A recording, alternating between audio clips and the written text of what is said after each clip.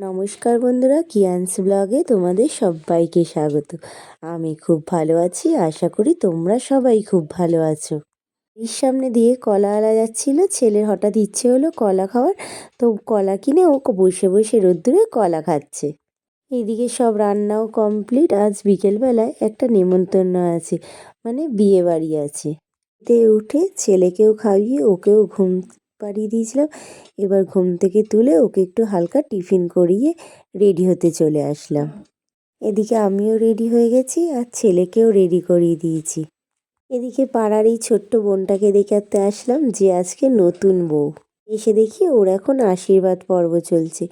একে একে ওদের বাড়ির সবাই আশীর্বাদ করতে শুরু করে দিয়েছে। খুব ভিড় থাকায় সেরকম আর বেশি ভিডিও করতে পারিনি, শুধু ওর একটা ছবি তুলে চলে আসলাম বন্ধুদের সাথে ছবি তুলতে। এদিকে আমার ছেলেও ওর বন্ধুদের সাথে ছবি তুলে নিল।